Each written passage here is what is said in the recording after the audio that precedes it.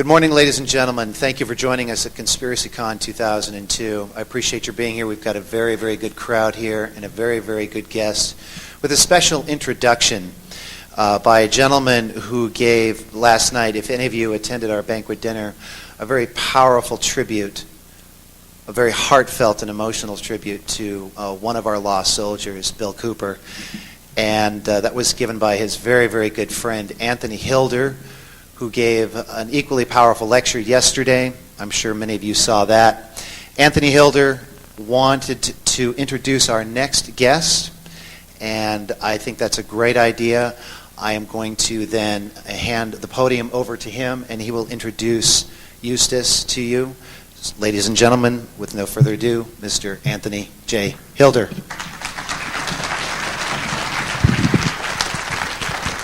The only man in the history of the United States to be fired from the Library of Congress.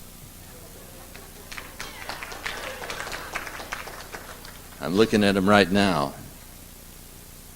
Ezra Pound was his mentor. He is, in my opinion, and I've said it many times before, the best single researcher and author of conspiratorial material and the Federal Reserve in the history of the world.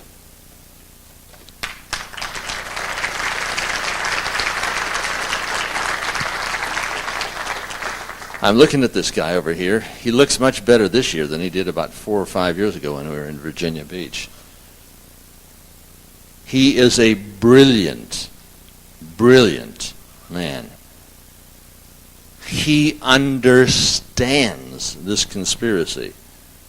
Who's who, the names, the places, the dates, how it all stacks together to make this giant pyramid structure.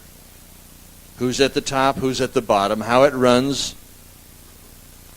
who's oiling the machinery. And he puts it in such a way that even though it's complicated, he puts it simplistically. His book, Murder by Injection, you think, well, that's on medicine, right? It is. But it explains the whole thing on the Rockefellers, the Rothschilds, the whole pharmaceutical/oil industry that controls cancer. Cancer being the second largest industry in the United States of America. I just got back from Beijing and Tonghua and discovering that there is an herbal elixir that does, in fact, enhance the immune system to the degree where it can cure cancer. But Eustace Mullins is going to talk about the conspiracy not to give us greater health, but to give us sickness and despair. By understanding the bad guys, by understanding this pharmaceutical industry, by understanding the new world order, and those who would screech, Ein Volk, ein Reich, ein Führer, you can combat it. Because, like I say, if you liked what Hitler did, you're going to love what George Bush is doing. His book, The World Order, is magnificent. His book on the Federal Reserve is just pure brilliance. Would you all please stand with me right now and cheer the greatest living researcher in America, Eustace Mullins. Thank you, Tony. Okay. Yeah. All right, I'm glad you're here. It's conspiracy time. You know, a few years ago, I was in London with Bill Cooper, who is now deceased, and or murdered. And some people rented Wembley Arena, the biggest meeting place in England. They were going to fill it up with so many people wanted to hear about conspiracies. And when the press found out that I was going to be a speaker, they went wild. They had stories in all the newspapers, television stations, that Eustace Mullins is going to be here. It was almost panic. They did everything they could to stop me. When I landed at Heathrow Airport, they had the British officials were supposed to refuse to allow me to land in England because I was so dangerous. So these terrorists had gone to the British officials and said, "You have got to put Eustace on that plane and not let him come into our country." So the British officials, who are not totally stupid, said, "All right, show us his record. Show us what he's done." And so there was nothing. They had nothing to show. I mean, my record was as clean as a baby's bottom. So the British officials said, "We cannot deport Eustace Mullins. He hasn't done anything." So I was allowed to speak. But they put on such a press campaign that they knocked down the attendance of this great meeting to about 1/10 of what it should have been. And so Bill Cooper and I spent most of the time in the bar because there wasn't that much going on. But I have run into a lot of opposition. I was run out of Canada 3 times last year because the press simply goes berserk when my name is mentioned. And the reason is quite simple. They know that I know the details of the conspiracy, and they don't want you to hear them. So they'll do anything to stop me from speaking. I was nailed in Chicago on the way up here.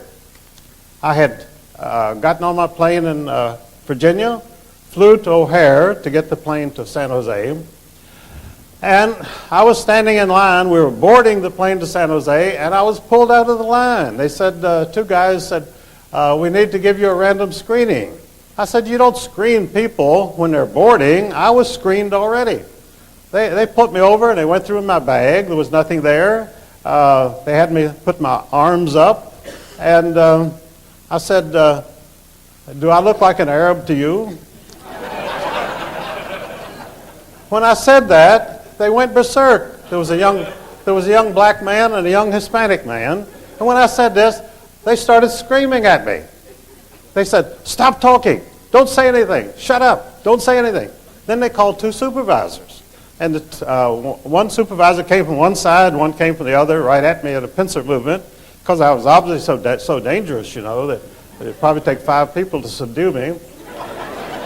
So they told these supervisors, they said, "He won't cooperate." And I said, "That's my bag on the table. You've got my bag." And I said, "You've got me." I said, "How am I not cooperating?" They said, "You're talking." So I was afraid I'd miss my plane, and I got a little concerned, a little nervous, which I don't usually. I usually enjoy this kind of encounter. I've been going through it for 50 years, and it's sort of fun. But I guess they caught me on a bad day, and I started getting a little nervous. So finally, they waved me on. I got on the plane, sat down, and the plane started to take off, and I felt something wet, and I reached up, and my hands were covered with blood. All of this pressure. I had a little high blood pressure, which it never bothered me before.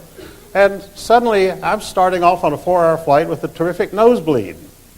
So that was upsetting in itself. So I forced myself to be calm. I sat back and made it all right. The bleeding stopped. But when you get that kind of nosebleed from high blood pressure, you don't know where you're going. Sometimes you have to go to the hospital to have it stopped. And so anyway, it subsided. But when I got here, I found out why all this attention.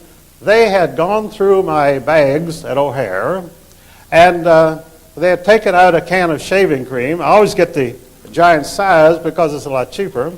And for some reason, they think that the giant size shaving cream is a bomb. Well, they call it a shave bomb, after all. And I don't think these people have with their limited intelligence, they think that a shave bomb must be a bomb. I even ran into that in Japan a few years ago. We were taking a flight from Tokyo to Sapporo, and I was with 3 Japanese gentlemen, and they wouldn't let us on the plane. And I didn't understand what was going on. And finally, one of the officials held up a bag, my bag, and pulled out this shaving can, and he said it was a bomb. And so the Japanese people told him that it was theirs. They wouldn't say it was mine. They said it was theirs, and they argued with him, and they finally let us on the plane. But you just don't know how dangerous a shave bomb is until you run into officials. So when I got here and unpacked here at the hotel, I found out that my shaving can was gone.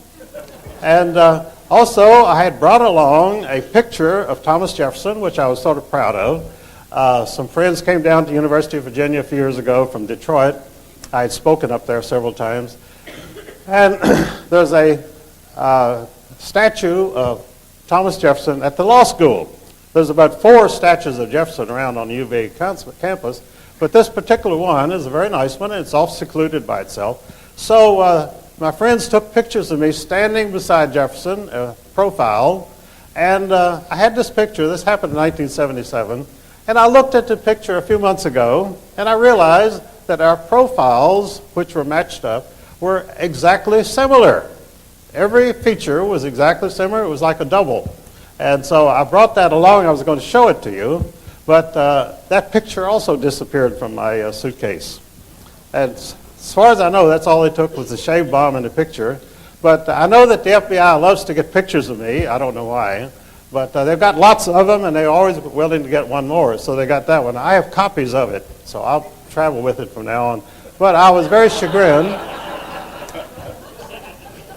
I used to go to meetings, and the FBI would hop out of bushes. I was at a funeral in Culpeper of a friend of mine, George Lincoln Rockwell, a few years ago.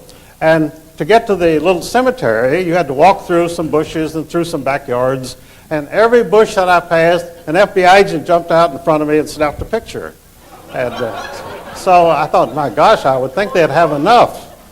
But they always want one more, and so they got more. But this is a lot of attention. You know, I was under daily surveillance by the FBI for 33 years. I used to come out of my apartment in Chicago, and there'd be 3 carloads of FBI agents parked in front of on Lincoln Avenue, right down the street from the Biograph Theater where they assassinated John Dillinger, and 2 blocks from the Clark Street garage where the St. Valentine's Day massacre took place. Very historic area. Although at that time there was a dump. They hadn't rebuilt it. Now it's a tourist attraction. So whenever I came out of my apartment, they would very ostentatiously take off their speaker microphones from the dashboard and hold it up so I could see it, because this was supposed to intimidate me. Well, in fact, it was sort of flattering. I thought, this is my public.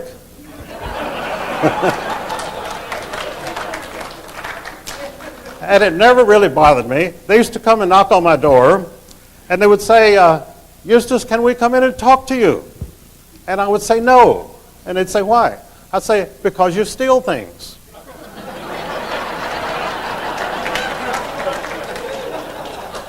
And then these agents would say through the door, well, if we promise not to steal anything.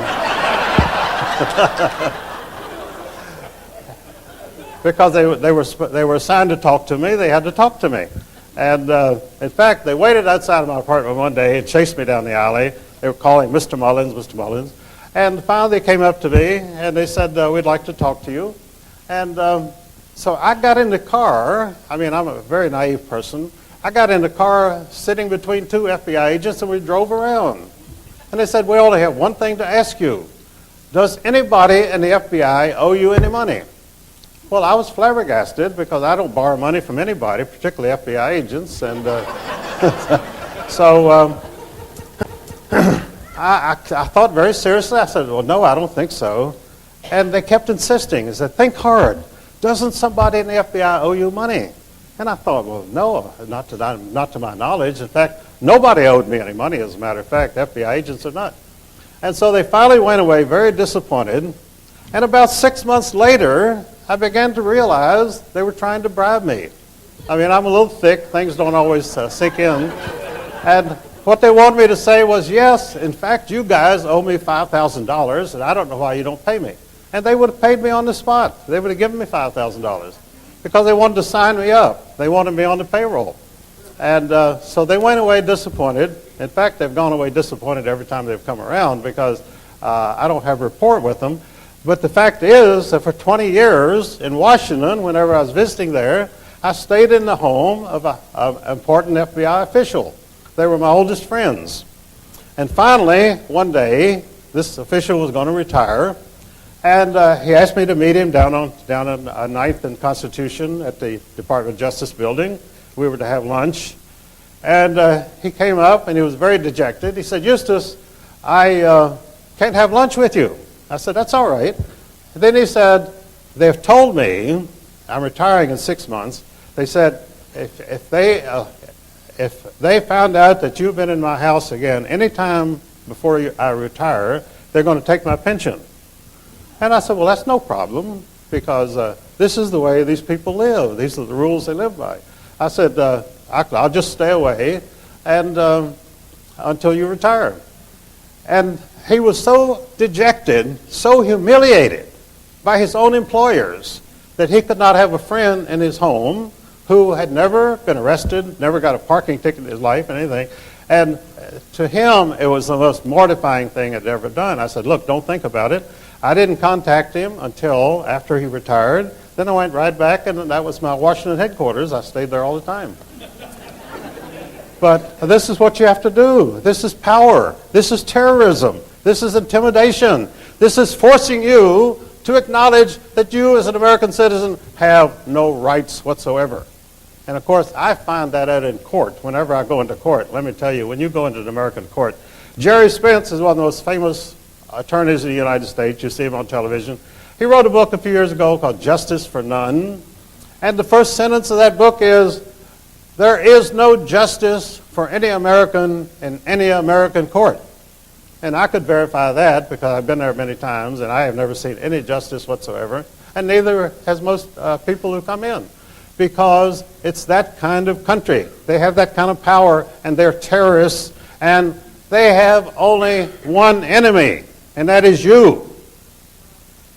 They hate you because, first of all, you outnumber them, and because they're afraid of you. Because they're afraid that if you ever find out what they're doing to you, you'll tear them from limb to limb, which is just what you should do.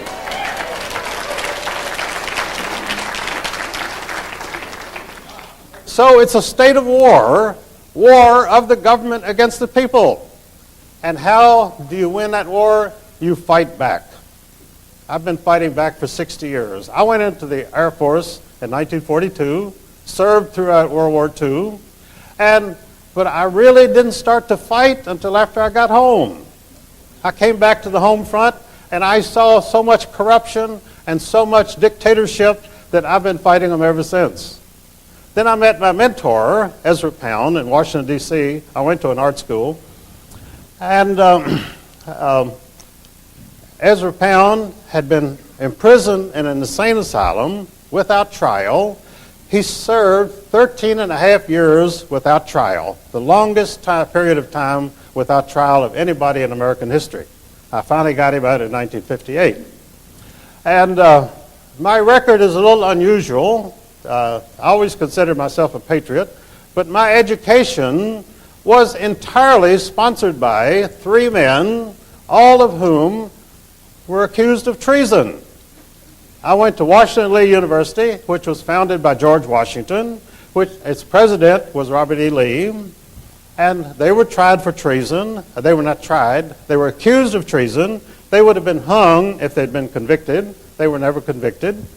Then Ezra Pound completed my education, was tried for treason, never tried for treason, but he was indicted.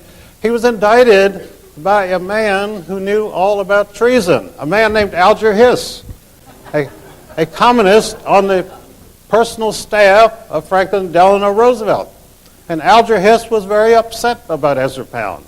And he had the Department of Justice indict him for treason. And it was so ridiculous that they never dared to try him.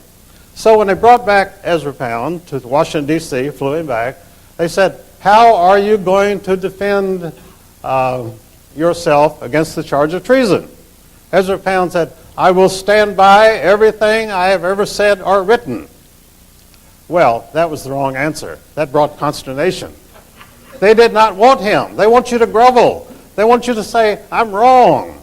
That's what they did with Gordon Liddy. You know, Gordon Liddy refused to grovel, and he served the longest period of time of any of the Watergate people because he refused to give in. He refused to cringe and to say, I'm so sorry for what I've done.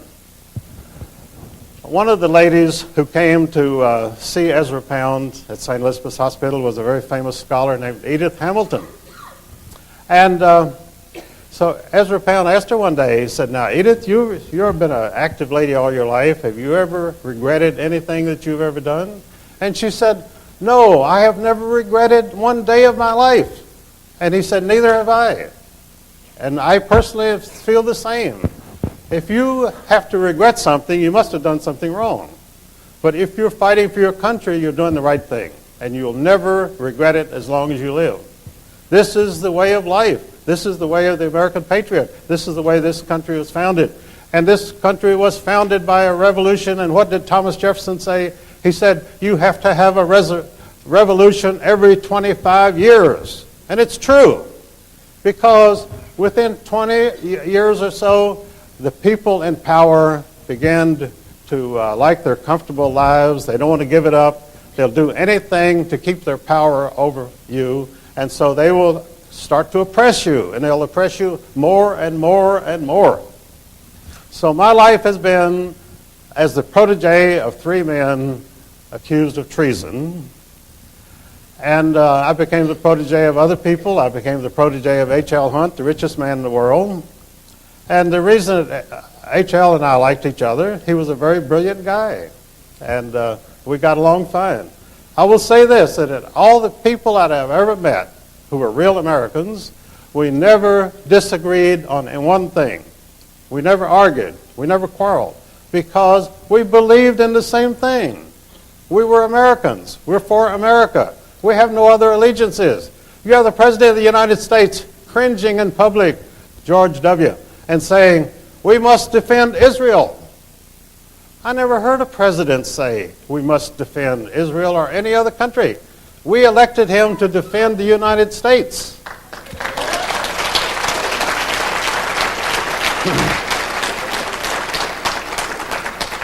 But unfortunately, George W. is a prisoner of the most dangerous and ruthless people in the world, and that is the Israeli fifth column, which totally governs this country. You have no Congress. You have no president. You have the Israeli fifth column.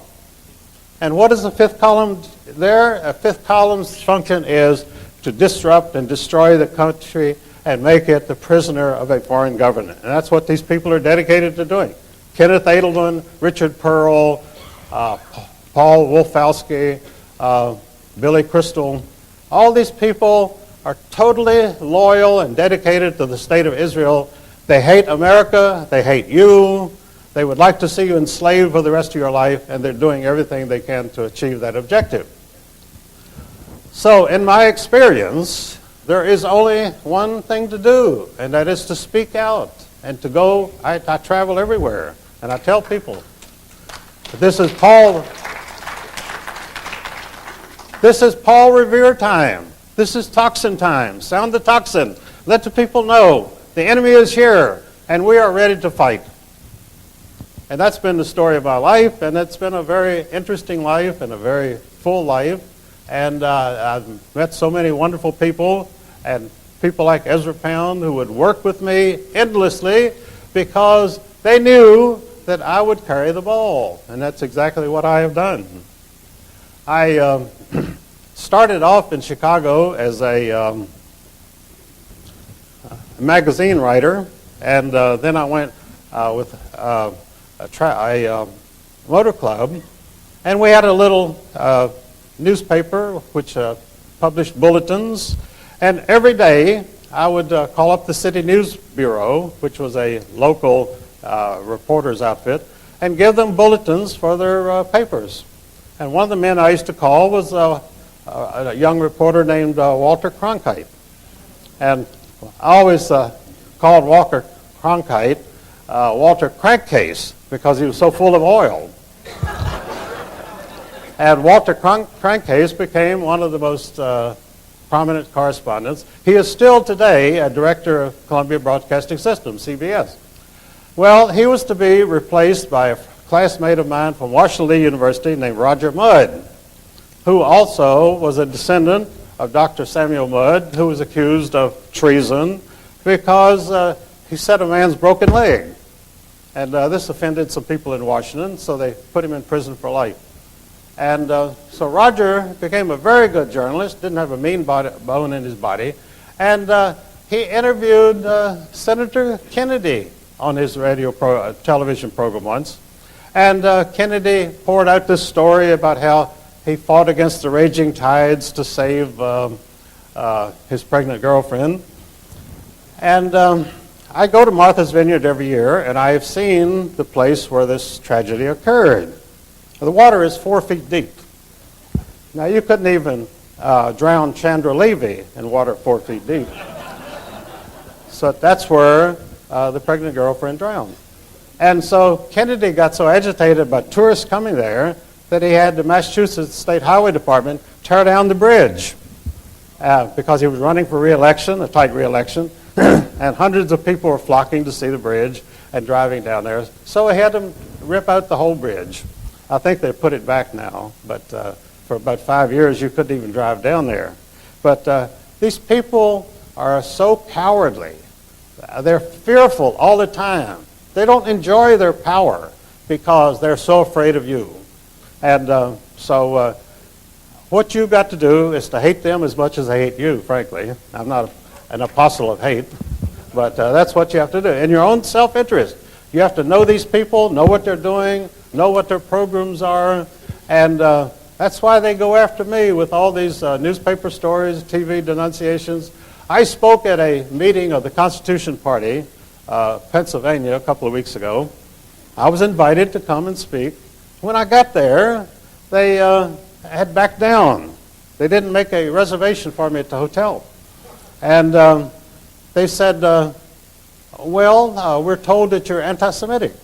And I said, who told you that? Bring them in. Let me hear the witnesses. Well, they didn't have any witnesses. They had some words typed on a piece of paper, paragraph, which they claimed was from one of my books. It's a book that I never even published, and I haven't seen it. And they didn't have a copy of it. But they said, did you write this? I said, certainly not. Then they said, well, will you, before you speak, will you assure the audience that you're not anti-Semitic? I said, certainly I will, and I did. And so I balked them at every turn, but I finally had to sue them. I threatened to sue them to get my pay because they refused to pay me. But they were just a bunch of rats who had decided they were going to give me the business, and it didn't work. And the reason they attacked me in Chicago, if you've seen Sid Skolnick's writings, Sid is a very aggressive reporter up there. And he uncovered the story of Mossad, the Israeli intelligence agency. Mossad got its income from the Chicago Public Works Department because the mayor was Jake Arvey, a Zionist, and he was backed by Colonel Henry Crown, the armaments king, General Dynamics Corporation. And so they cooked up a scheme where they had 10,000 alleged workers at the Chicago Public Works Department who didn't exist, and those 10,000 checks every month went to Mossad, and that's where Mossad, they became the most powerful intelligence agency in the world because of that income every month. And in fact, a repercussion of this happened a couple of years ago when all of downtown Chicago started to be flooded. All of the old sewer pipes collapsed, and everything was flooded downtown Chicago because no work had been done there for many years. The 10,000 mythical workers did no work, and all the money went to Mossad. Well, they knew that I knew this, and so they were laying for me when I landed at O'Hare Airport, and I wasn't expecting a thing. I thought I was just going to get on my plane and fly out here. It didn't turn out that easy, but I made it anyway, because whatever you do, keep going, don't look back. And Satchel Paige used to say, if you look back, you'll see whether they're gaining on you or not. And you don't want to do that. Just keep on running. And that's the way to go for it. But as I say, they kept Ezra Pound in prison for 13 and a half years. And I met a newspaper man who, a congressman owed him a favor. His father owned a newspaper in North Dakota, the biggest newspaper there, and he backed Usher Burdick for election to Congress. And so Usher Burdick owed him a favor. So Rex went to Usher Burdick and said, I took Rex to meet Ezra Pound, and Rex talked to him, and he said, well, you don't belong in here. And Ezra Pound said, don't you think I know that? And so he said, I'll do something about it. So he went to Usher Burdick, and Usher Burdick went on the floor of Congress and said, why is the government holding this man? There was no answer, because they had no reason to hold him. So they had an 8-minute hearing, and after 13 and a half years, Ezra Pound walked out a free man. But they made one proviso, that he leave the country, even though he's a citizen in good standing. Well, he had married an English girl, and they had lived in Italy, so he was perfectly willing to leave. But I wish he had stayed, because the United States needed him. They need him today, because this was a very great man. And he initiated and commissioned me to write the Federal Reserve book, because he knew it was important. And I went to the Library of Congress, and I got the material, and I published it, and it's been in print since 1953, and many subsequent editions. But he was the spark plug, which got me onto this whole thing. He had studied world politics for 30 years, because many of his young friends in the First World War had been killed. Young artists, young writers, and he wanted to find out why. Why were these people dying? He couldn't find out why the war was being fought. Well, it was quite a few years before I found out why the war was fought, and I found out through Winston Churchill. Although the Industrial Revolution originated in England, they became obsolete, and the Germans began to manufacture things, and they were so superior. Their products were so better and newer and more modern, and the British could not compete with them. So by 1910, England was facing bankruptcy because they couldn't sell their products abroad. People preferred the German products. And because of this, you had World War I and World War II. That was the only reason. Germany and England had no quarrels. In fact, they were cousins. The Kaiser Wilhelm and King George V of England were first cousins. They were part of Queen Victoria's family. In fact, so was the Tsarina of Russia. At that time, the aristocracy of Europe was just one big family. So there was no reason for any war. And suddenly we had this terrible war. And it was done through assassination of Franz Ferdinand, but it was all a put-up job. And then they had a replay in 1939. And Ezra Pound came back to his native country from England to tell the American people, don't be suckers a second time. Don't get drawn into a Second World War. And Charles Lindbergh was saying the same thing, America first. Many prominent Americans were saying this. But it did not have any effect, because the money behind the war was so big that there was no way that they could not have it. And so they had the war. And they had it through what they called Pearl Harbor. Now, when we had the attack on the World Trade Center, they initially said it's another Pearl Harbor. Then they backed up on that, because they realized that by now most people in this country knew that Pearl Harbor had been staged. The Japanese had more or less been suckered into attacking it. And there were traitors in their own government, actually, who caused them to attack Pearl Harbor. And so the mention of Pearl Harbor brought up memories that they didn't want, so they dropped the Pearl Harbor thing. Then they decided to call their war against terrorism a crusade, and they were hastily told you got to drop that, because the Crusades were, of course, the historic wars between Christians and Muslims in the Middle East, which is still going on today. And they didn't want to get into that. So they finally settled on something very bland. They called it Homeland Security. And Homeland Security meant that you could be secure in your homeland as long as you were surrounded by armed guards, as long as you had to fight your way in and out of an airport to get on an airplane, and that you would have cameras everywhere taking your picture because you might do something evil or something treasonable, which, of course, most Americans are not even contemplating doing. We're good citizens. We live good lives. We're not into crime. But we are the people who are being surveilled. We're the people who are being pursued. I was dragged out of a line a few days ago at O'Hare Airport to be scanned. And there was nothing to scan.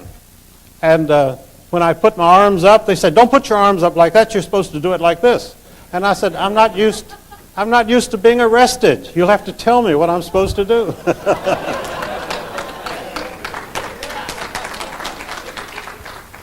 And I almost had a small riot. I had these two inspectors, and then I had the two supervisors rushing at me. And you would have thought John Dillinger was on the loose, you know. Stop this guy. Stop him before he kills more. But I survived that, and I've survived many things. But as I say, the 33 years of FBI surveillance that I endured, I found very interesting, and it showed what the country has come to, because they have to fight phantoms. They don't want to fight the real enemy, because the real enemy is in the conspiracy, and they're running the show. So the conspirators are fighting you, and that's why we're here today. And in fact, I think Brian may have overlooked, he thanked a number of people about making this meeting possible, but I think he missed one, and that was Dan Rather. I think that you wouldn't even come here today if it wasn't for Dan Rather lying every night, and you have to come here to find out what's going on.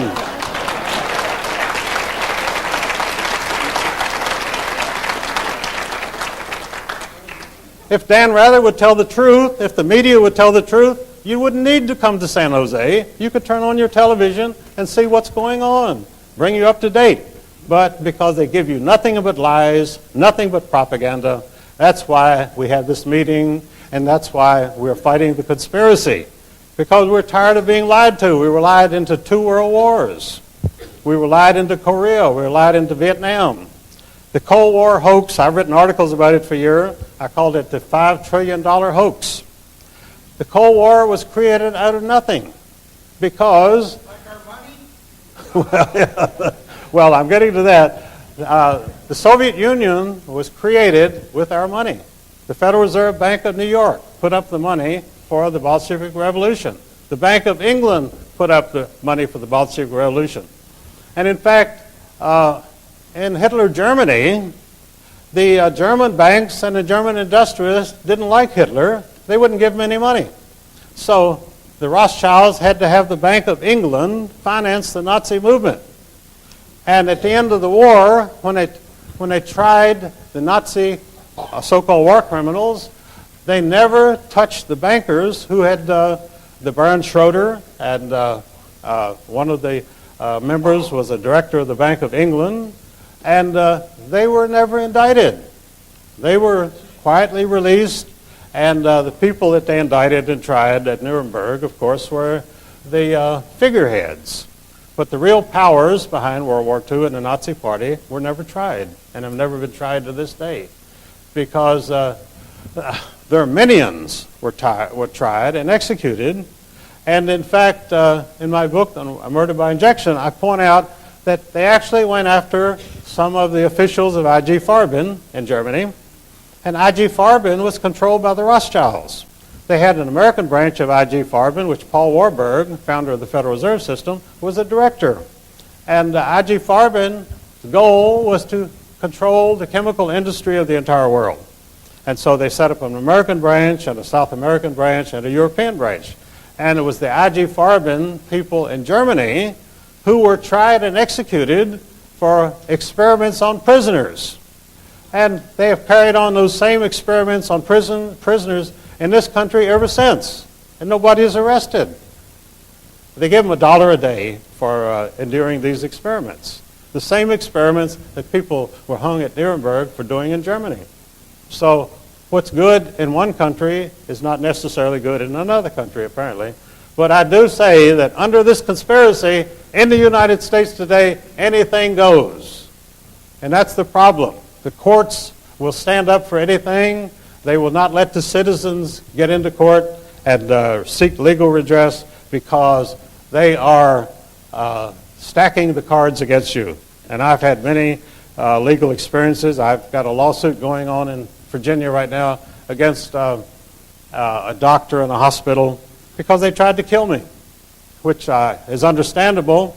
I went to the hospital one night and I had some heart fibrillation. And so they went into the emergency room, and the nurse in the emergency room said, "Are you the one that wrote that book?" Well, that makes you a little nervous. They know who you are. And in fact, one of the biggest problems, the 8th leading cause of death in the United States is physicians' errors. 8th leading cause of death, 93,000 a year. So they have reason to be nervous because they don't want any supervision, they don't want any investigation, and one of the biggest problems in the medical field today is iatrogenic medicine. Iatrogenic medicine means physician-induced illnesses. Now, I came out of the hospital recently, and I came home, and I developed an enormous swollen poison cyst right next to my heart. And I thought, boy, this is bad. Well, I had it operated on.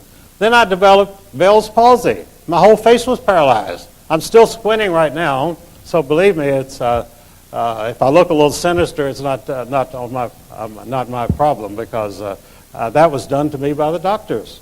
So I have suits against them, and they are frantically trying to dismiss it. Insufficient cause of action. Trying to kill you is not a cause of action in American law. So we'll see how that goes, but this is how they operate. And so anyway, I got Ezra Pound out of prison, and my latest project is to show the Israeli fifth column in the United States. And that, the Assistant Secretary of Defense. You know, a few days ago, we had a big meeting in Washington, D.C., and who was there but the acting Deputy Secretary of Defense, Paul Wolfowitz, leading a rally to help Israel. I mean, he's working for the American government, but you'd never know it from his actions because he and all of his cohorts were there on the mall in Washington having this great rally to help Israel. Because at least they're honest about what they're doing. They're frank about it. They're not trying to deceive anybody. They're not going to do anything for the American people, but they're going to devote their life to Israel. And I think that's fine. I think they should go there and devote their lives to Israel. But just get out of this country.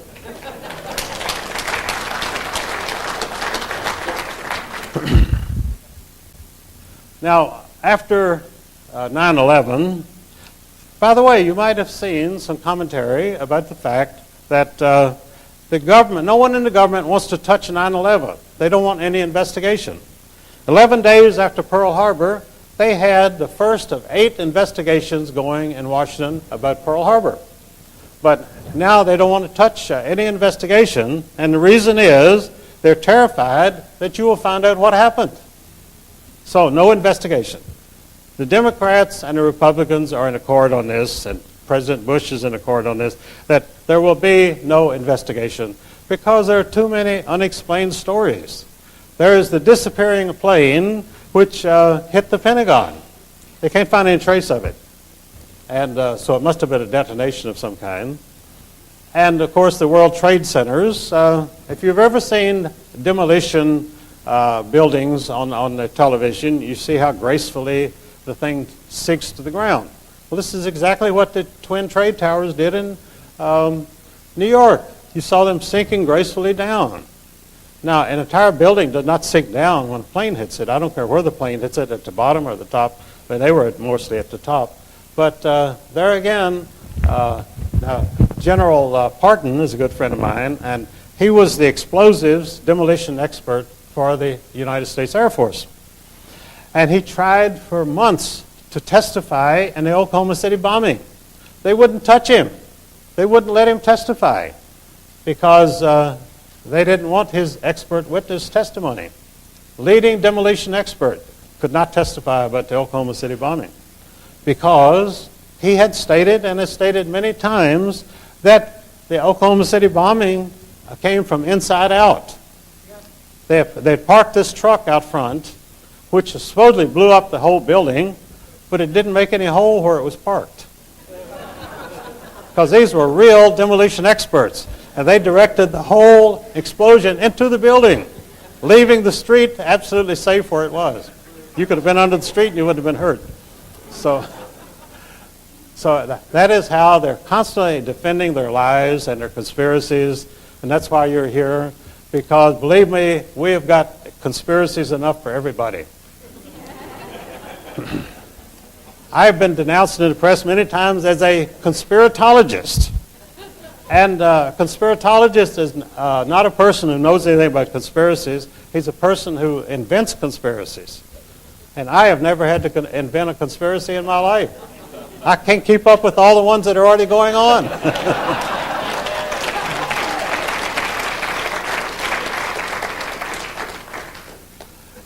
But conspiracy itself is apparently the American way of life. The Federal Reserve conspiracy was one of the most famous of the conspiracies. My book on the Federal Reserve System, for about 20 years, I published editions of it under the name The Federal Reserve Conspiracy, because that's what it was and that's what it is. And I'm the only person who ever called it a criminal syndicate. I said the Federal Reserve System is not federal, no more than Federal Express. It has no reserves. It doesn't need any reserves because they can print all the money that they want. Why, if you've got the printing presses, why do you need reserves? And it's not a system because it's a criminal syndicate. These people conspired to rob the people of the United States. That is a criminal conspiracy. You can't, under law, you cannot define it any other way. And of course, no one has ever indicted the Federal Reserve people or pursued them legally on this because you can't get into the courts. When you go into the court, who is sitting there but the judge? I had a judge. I sued the Anti-Defamation League for $100 million a few years ago. And I went before the D.C. court in Washington, D.C. And this is down at 3rd and Pennsylvania Avenue.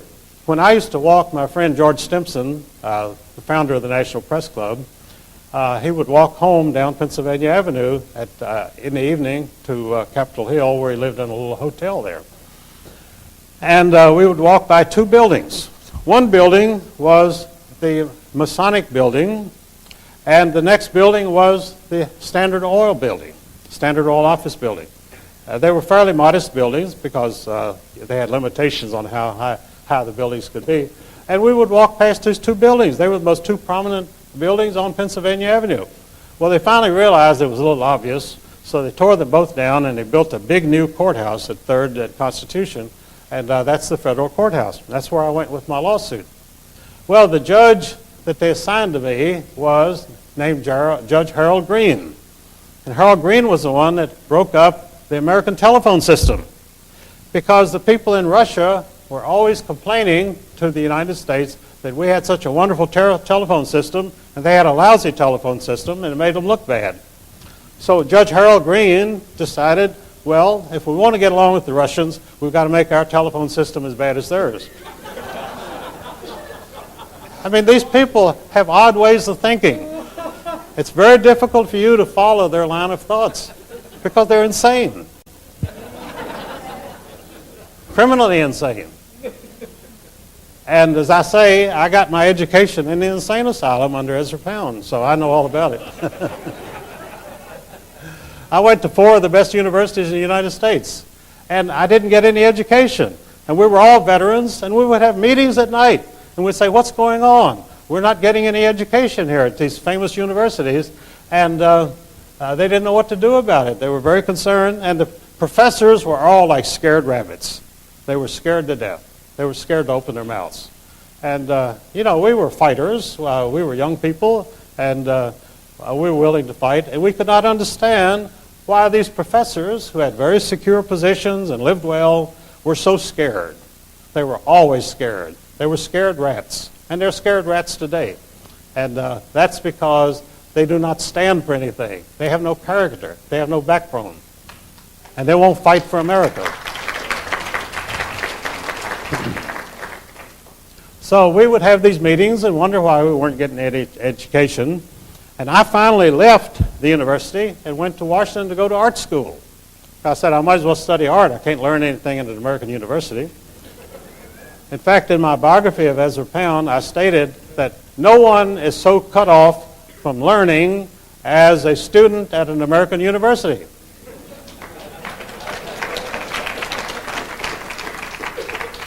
I wrote that in 1959, and it's just as true today as it was then. And so, because I write and say things like this, I'm not too popular in some quarters. But that doesn't bother me because I'm not looking for popularity. I just want to tell people the facts and let them, I want to give people information so that you can act on it. Because one person alone cannot do it, but the American people are a sleeping giant, and we're beginning to wake up, and I see it every day, everywhere in this country. We're fed up. We realize that we've got to put an end to these lies. We've got to put an end to this corruption. We've got to put an end to this treason. We cannot have a foreign fifth column running the government of the United States. It's as simple as that.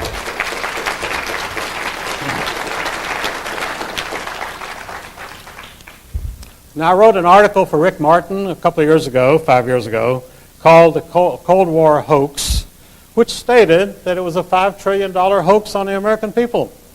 And that was verified by one of the leading Israeli fifth columnists, a editor named Norman Podhoretz, who edits the Commentary magazine in New York City for the American Jewish Committee. And in his autobiography, he boasted that the whole Cold War was created out of nothing, simply so that the United States would have an enormous defense budget and we could furnish all of our military equipment to Israel so that they could fight the Arab nations. That's what it was all about. The Cold War was about Israel. It had nothing to do with the Soviet Union. And of course, the Soviet Union was being supported by the American taxpayer since 1917. That's all in my book, all documented, never been challenged by anybody. Do you know, in 50 years, I have never been able to get anyone to debate me. And I love to debate. I'd like to debate for hours.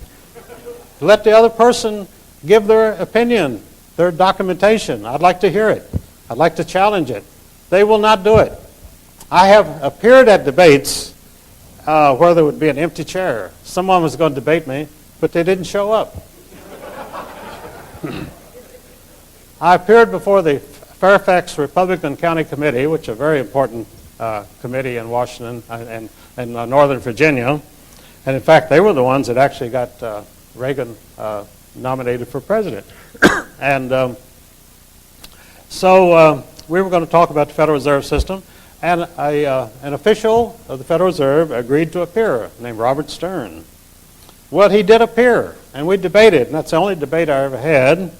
And 6 weeks later, Robert Stern had a Washington heart attack. So nobody's ever debated me since because I guess they realize it's just too damn dangerous. But I've seen so many things like that happen. And as I say, the Cold War was totally phony because we had created this demon, this monster, which did not exist. Russia was and is and always has been a third world nation. One reason for that, the reason communism was imposed on Russia was it was the richest nation in the world. The Tsar of Russia was the richest man in the world. He controlled wealth which was unimaginable anywhere in the world.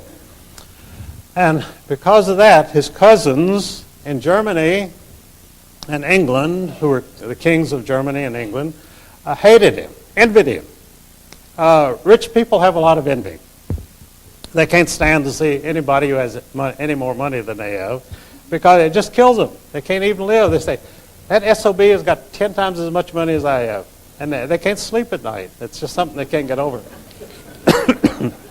So they murdered the Tsar and took his money. And in imposing communism on the American people, which was done by the British Secret Service, by the way, the Russian people had no part in the Russian Revolution. Didn't even know what was going on. It was done by the British Secret Service, working for King George. So they took all of Tsar's gold, and they shipped it to the Bank of England and to the Federal Reserve Bank in New York. And that left the nation, the new nation of Soviet Russia, with no money. So we had to start sending them money right away because their money was in the Federal Reserve Bank in New York. So the American taxpayers had to make up the difference. That's the way things work. It doesn't, I don't know if it makes any sense or not, but that's the way it works anyway. And so the Russians had no capital, no gold, and so they've been supported by the American taxpayer ever since. We have had relief missions to Russia in 1917, 1919, 1921, and J.P. Morgan Company became the biggest supporter of Soviet Russia. Dwight Morrow, who became the father-in-law of Charles Lindbergh Jr., was their biggest supporter. J.P. Morgan. Now, the communists were supposedly, they hated capitalists and they hated banks, bankers. But yet J.P. Morgan, the most famous banker in the world, was practically the sole supporter of the Soviet Union. And for many years, only 2 people could land at Moscow airport without permission, flying any time. They were Armand Hammer, founder of the Communist Party of the United States, and David Rockefeller, who may be the real founder of the Communist Party, I don't know. But anyway, Armand Hammer had the title and David Rockefeller had the money. They could land at Moscow airport without getting shot down, but no one else could. If they approached the airport, they'd be shot down immediately. So that shows you who the real power is. In 1936, a member of Paul Warburg's banking firm, Otto Kuhn Loeb and Company in New York, which was a Rothschild operation, he landed at Moscow airport. And Stalin himself, the ruler of Russia, who murdered 1 million people a year, came out to visit him, came out to welcome him, and practically groveled before Otto Kuhn, a little Jewish banker from New York, because that's where the real power was. Stalin had power in Russia, but he had no power anywhere else. If he walked outside the borders of Russia, he'd be nobody. But these bankers are powerful all over the world, and where they go, they're revered. People hang on every word, and they absolutely listen to them and will do anything that they say. And that's the kind of world we have because the money people exercise the reins of power. And they can call themselves democracies, they can call themselves fascists, they can call themselves Nazis or communists, but they're all the same people. And the people in those countries, we denounce communist countries and fascist countries, but this country, as many commentators have said over and over again, is becoming the most fascist country in the world because the government becomes more powerful, the people are stripped of their liberties, and we have these plebiscite elections where the candidates for election refuse to tell you what they stand for. They don't dare tell you what they stand for because if they did, you wouldn't vote for them. So this is what we have, the plebiscites, and we used to denounce the Nazis during the 30s for having plebiscites where people would vote for their nominated candidates and they really had no choice. And we have the same thing. But the Cold War itself was the greatest travesty of all time because there was never any war between Soviet Russia, this great menace which was about to crush the United States, and the roads were collapsing. Paul Roberts and other economists visited Russia during the 1960s, 1970s, and they were appalled. They said, this is a third world country. Why are we afraid of this country? Because the American people were not informed of this.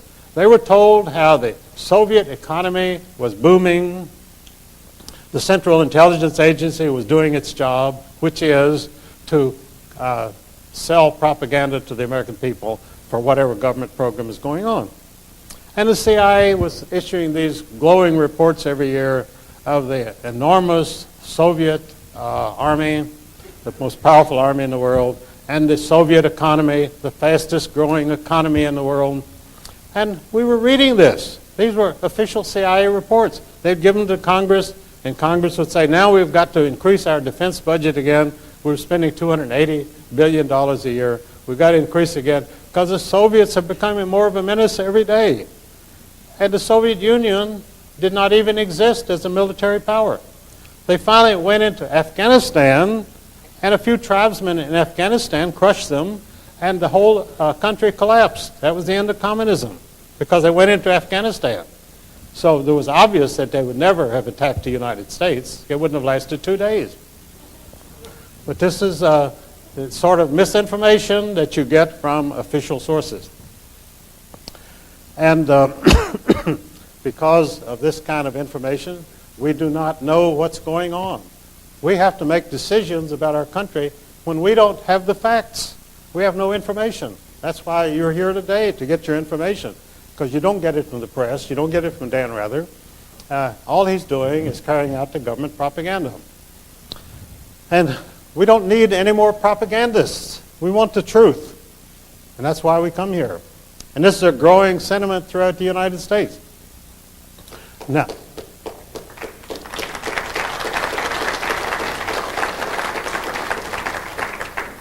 Now there is more and more information going because of the internet and because people have email and voicemail, and the government doesn't know what to do because the people are getting information. They're not depending on the CIA. They're not depending on the FBI. And this puts them up the creek because they have to now reorganize their programs because you people are finding out what's going on. You're finding out the motivations behind all of these mysterious foreign policy adventures, NATO, going into Somalia, going into Haiti, bombing Yugoslavia. You know, the old Nazis must have felt real good about bombing Yugoslavia because Hitler had this ambitious plan for bombing Yugoslavia into rubble during World War II. And those plans were interrupted by his war against Russia. So it never happened. So along comes NATO many years later and absolutely carries out the Hitler plan of bombing Yugoslavia into rubble, which Hitler had come up with in 1942. It took them a few years, but they got it done. And that's the whole story of the bombing of Yugoslavia. It was the Nazi program. And in fact, NATO is the Nazis of today. And I was told this in Japan, of all things. The granddaughter of the last emperor, Meiji Emperor, told me this. And she had gone to Yugoslavia to talk to Milicevic and to tell him this. And he knew it. That's why he's on trial today. He's on trial because he opposed the Nazi bombing of Yugoslavia by NATO. And so he's on trial for his life as a supposed war criminal. And I don't know what happened in Yugoslavia, and I don't think anyone else will ever know. But you haven't heard much about his trial lately because things disappear from the press. It's very interesting. They have an arch criminal, and they're going to have a trial, and they're going to wreak vengeance on this terrible criminal. Then suddenly it all kind of fades away. Nothing happens. You remember the great furor about anthrax after 9/11. Well, anthrax was the greatest danger in the world. Everybody was talking anthrax, and a senator said he got a letter with some anthrax in it and so forth. And we were supposed to be terrified of anthrax. So I wrote an article for Rick Martin, which I titled, "Anthrax is as American as apple pie."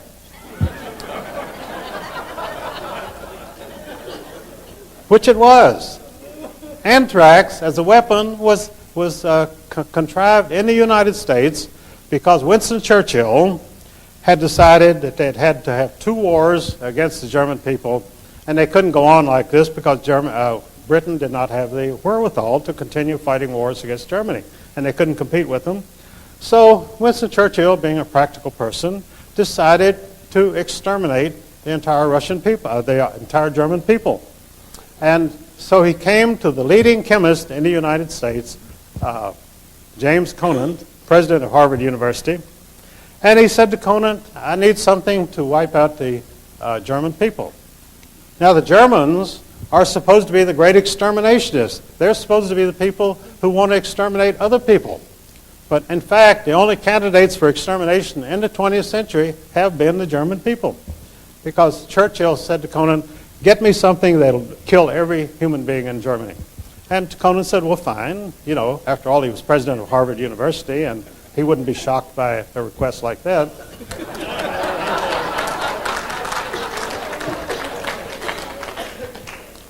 So he finally told Churchill, he said, I think anthrax would be the thing to do it. And so Churchill says, go ahead and develop it. And he developed anthrax cakes, which would be dropped in Germany.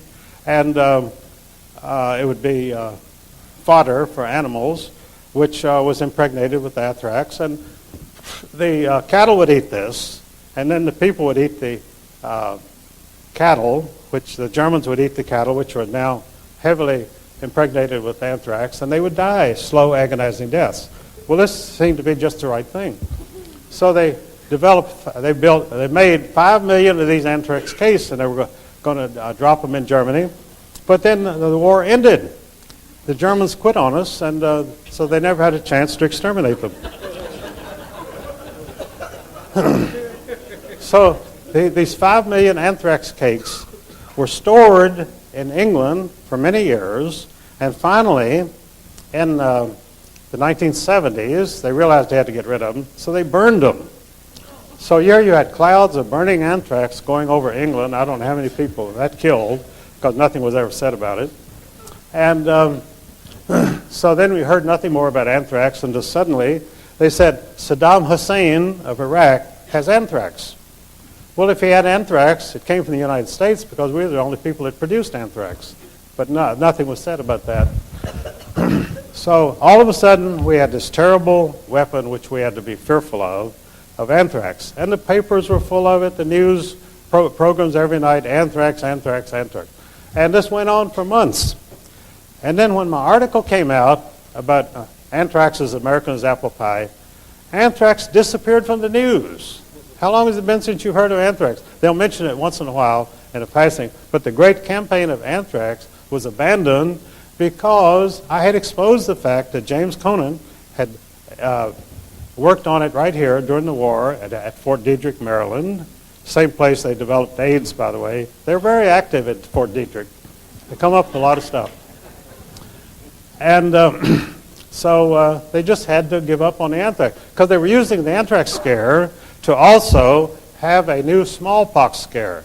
They were saying that the bioterrorists not only are going to give us anthrax, but they're going to spread smallpox. So they had 17 million decaying doses of smallpox vaccine, which they wanted to get rid of. So the government was going to inject these with 17 million Americans with these doses, which were probably, they admitted a lot of them would be fatal because they were no longer usable. And they finally had to abandon that. But the pharmaceutical companies were dead set on going ahead with the great smallpox vaccination, which never happened because the risks were too great. They would have killed thousands of people. So they had to abandon that. And of course, I say they abandoned the great anthrax campaign. But these things disappear very quickly from the news. You never hear it again. None of your commentators will say, whatever happened to the great anthrax scare, whatever happened to the great smallpox scare. They simply go on to other things because they have new programs coming up all the time. And it's a corporation mentality because we have a corporate state, and corporations develop programs to promote this and to promote that, and every employee has got to get behind this 100%. And if you have any laggards who say, well, I'm a little dubious about this, they're out the door before they know what happened to them. And that once you get out on those terms, you don't get employment anywhere else. Because when you leave one corporation, if you don't have a recommendation from them, you can't go to another corporation and get a job. That's how they operate. So another thing that I wrote about recently was called the $6 trillion robbery. Now, the $6 trillion robbery was the Great Recession of 2000. Between March and November of 2000, Alan Greenspan, chairman of the Federal Reserve Board of Governors, finally brought about the recession that he wanted.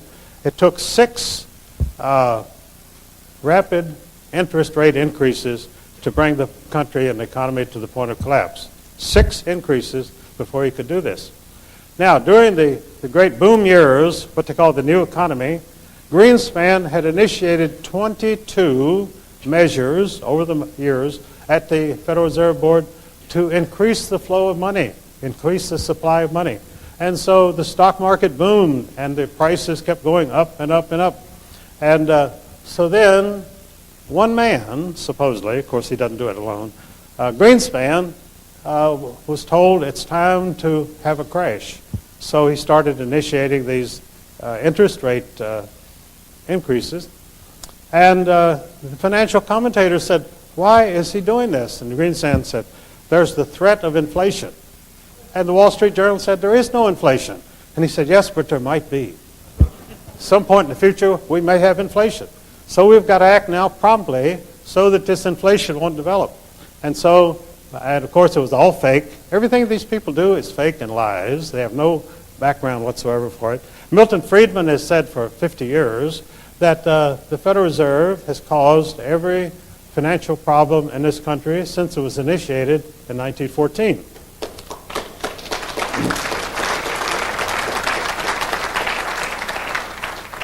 And Milton Friedman should know because he was the official consultant to the Federal Reserve Bank of San Francisco. So he knew what he was talking about. But he actually disagreed with many of the things that the Federal Reserve did because they were too artificial, too contrived. They had no basis whatsoever, for no financial information behind them. They simply did it because this was their program. They wanted the market to go up or they wanted the market to go down. And they had the mechanism to do it. They had the interest rate increase. They had the fact that the Federal Reserve Open Market Committee could buy or sell government bonds on the open market. That either increases or decreases the supply of money. And the stock market daily prices are totally dependent on the money supply. If it goes down, the prices go down. If it goes up, if the money increases, they go up. So people on the inside always know which way it's going to go. They know 3 or 4 or 5 or 6 days ahead of time. And they can get in there and make their money. And if you are buying stocks, you have no idea any of this is going on. And you have these Wall Street analysts who are constantly telling you, oh, this is a good buy, you better get this is going up. And you buy it, and it goes down. Because Greenspan has done something to decrease the money supply, and the stock goes down. Then you don't know whether to panic and sell it or whether to hold it and it'll come back up. Well, it always comes back up. J.P. Morgan was asked one day by a reporter. He said, Mr. Morgan, this is about 1910, he said, Mr. Morgan, what is the market going to do? And J.P. Morgan said, my dear sir, the market will fluctuate. And that's how he made his living, because it fluctuated. If the market remains stable, after all, the worth of United States steel is about the same from one day to the next, but the market goes up and down because it's being manipulated. And as I say, U.S. Steel itself has the same resources, the same profits that it had last week, but the market will drop 5 points. And that's because of the way that they manipulate the markets, and that's how they steal from you. And so the $6 trillion loss, which American people suffered from March to November of 2000, I call it the $6 trillion robbery. Greatest robbery in history. Al Capone never made as much money in his whole life as the Federal Reserve people make in one day. Never. Al Capone complained, by the way, to the press.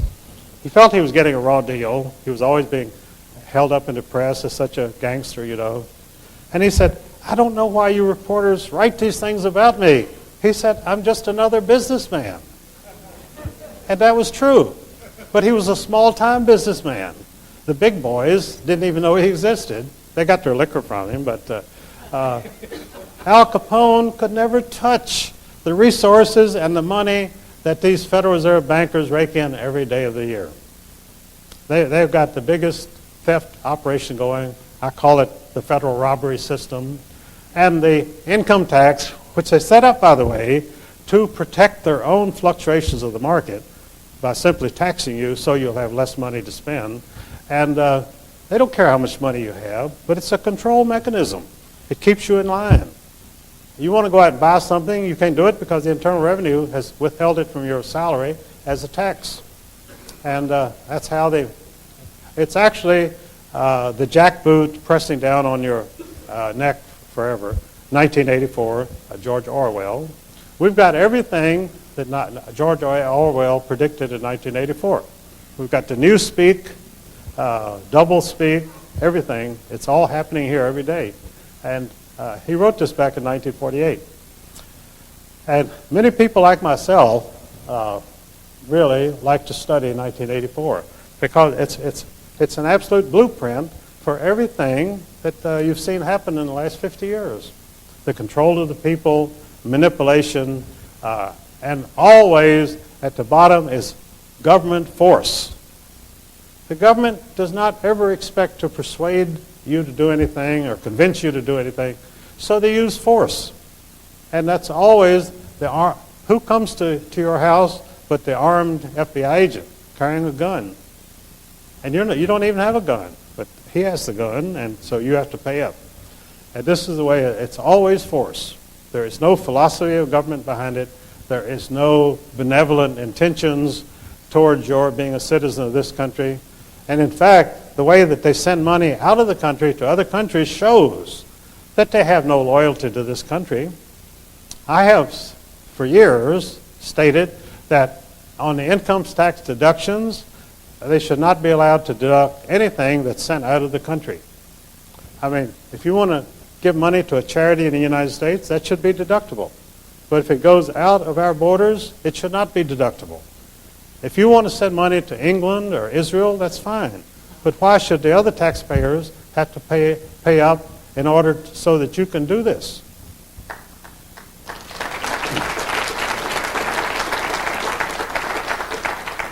And you know that for 50 years, I'm the only person who's ever made that proposition. None of your politicians in Washington would ever touch us with a 10-foot pole because it's the foreign payments which they live on, because that's where the big kickbacks come out. Because when they send $10 million somewhere, they get about $1 million kickback, and that's why they do it. I mean, these congressmen, these politicians, they're not philanthropists. John D. Rockefeller was supposed to be a great philanthropist, but all of the things that he set up as great charities were actually part of his business enterprises. And at his charities, he developed the business products which became his most profitable operations. Everything the Rockefeller Foundation has done has been strictly business. And the medications, the hospital taking over the medical profession in 1913, at the same time he got the Federal Reserve System going, was all intended to make him more money. Because that's what he was in business for, to make money. And he makes that money by taking advantage of you because you don't know what he's doing. Because these things are always presented as all of the charities and philanthropies have, I read all their charters years ago, they're all written by the same lawyer in New York, Elihu Root. And they all say the same thing, the welfare of mankind. And it turns out to be the welfare of John D. Rockefeller. Because they don't do anything except for themselves. They never help anybody. But they always cloak it under the pretense that they're doing this for brotherhood and for helping other people, that they lie awake at night worrying how they can help other people, and they're robbing them blind constantly. And that's part of the conspiracy. Not only to steal from people, but to make you grateful for having been robbed.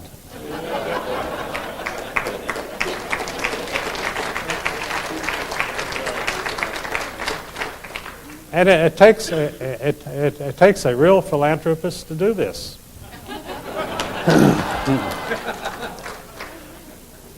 You know, I said I was a protege of H.L. Hunt, and I wrote some books with him down in Dallas. And H.L. Hunt did not leave a foundation because he knew they were all fake. And he didn't want some communist giving his money away. I knew John MacArthur also, who had the Bankers Life Insurance. He was a billionaire too. And John MacArthur was as good a patriot and American as you would ever want to meet in his life. And when he died, he left his money to a foundation. And that foundation today almost exclusively gives $350,000 awards to a lot of people every year. They call genius grants. And these geniuses, when you read what their projects are, I mean, you can't read it without laughing. And they also have a great bias because practically all the recipients of John D. MacArthur grants are lesbians because the lesbians run it, and after all, they are very partial to their own people. So if you're not a lesbian, don't apply to the MacArthur Foundation. You may be a genius, but you're not going to get the grant. And all of these foundations are totally taken over by people who hate the capitalists who accumulated the money to endow the foundations. They're always taken over by people who spend the rest of their lives fighting everything that these people stood for. John MacArthur must be turning over in his grave every day. Henry Ford, the Ford Foundation, became the most communist of all the foundations. And Henry Ford used to give my friend Elizabeth Dilling in Chicago $5,000 a week to fight communism. So after he died, his money has been spent to promote communism. And that's what it's been doing ever since. So I don't want to run over time here, but let's see what I've got really important that I want to get across to you. Half an hour? All right, good. Oh, well, I can cover a lot in that. What is the fifth column? Pardon? What exactly is the fifth Oh, column? well, I want to talk about the reign of terror. Now, what we're seeing take place in this country today, the sort of thing I went through at O'Hare Airport a couple days ago, terrorism. By the way, these two inspectors who were giving me such a rough time there, and I told him, I said, look, I don't understand this. I'm not a terrorist. And this little Hispanic boy said, well, this is not about terrorism. And that was stunning to me. I mean, here I was being scanned and pulled out of line in the airport, and he said, it's not about terrorism. But it was about terrorizing me is what it was about. But he wouldn't say that. And this whole thing, by the way, see, we had the American Revolution without terrorism. Because these were real patriots fighting for their land, fighting for the land that they loved. And the place where I live in Virginia, the Shenandoah Valley of Virginia, and Thomas Jefferson's Monticello just across the mountain, I saw studies recently that it was these Scotch-Irish Presbyterian people who lived right there in the Shenandoah Valley who were the actual instigators of the revolution. They were the ones that wanted to fight. And they started the fight, and that became the American Revolution. Started right there where I live in Virginia. So that's probably why I'm out traveling in the country today, carrying on the revolution. That's what my people have been doing for 200 years.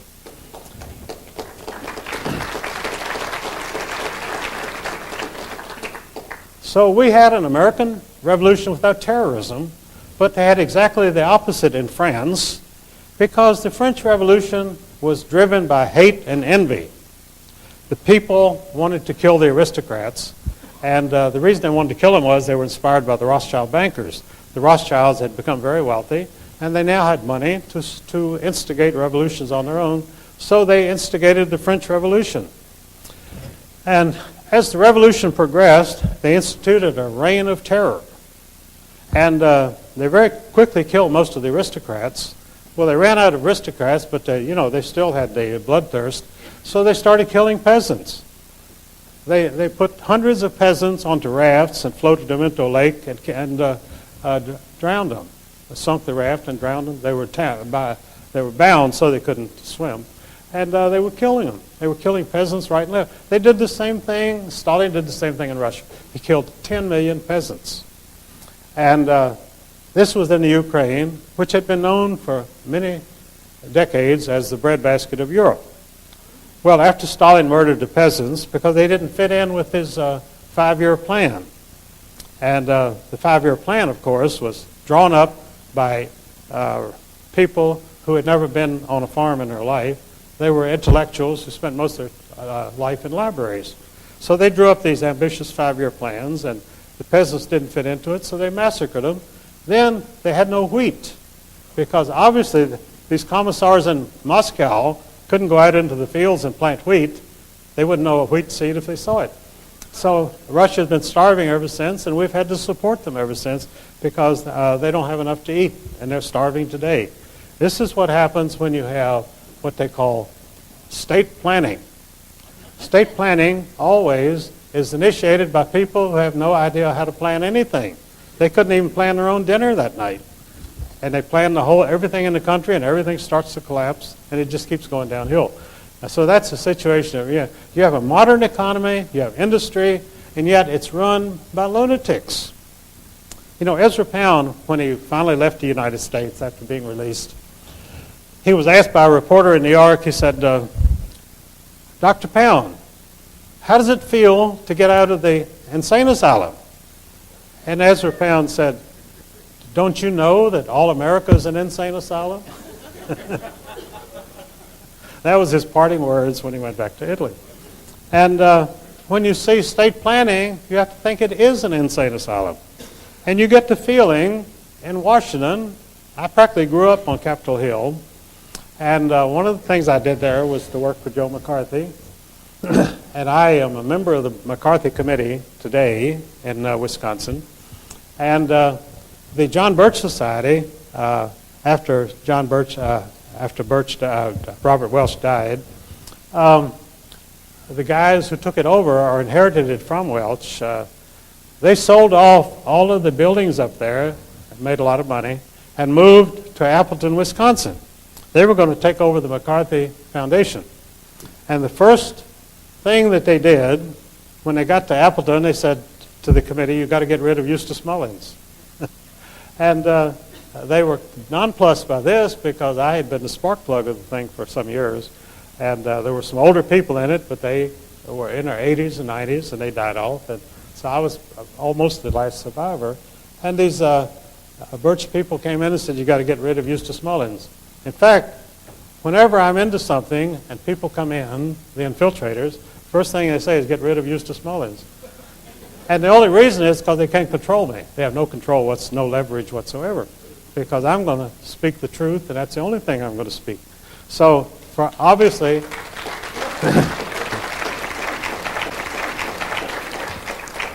this is the great stumbling block. Before they can go on with their ambitious plan, they have to get rid of me. And they always try. They work very hard. I think I mentioned, too, earlier, and I should have gone back to it, was that when I filed this $100 million suit in the federal court in Washington, D.C., down at 3rd and Pennsylvania Avenue, the Judge Harold Green was placed in charge of it.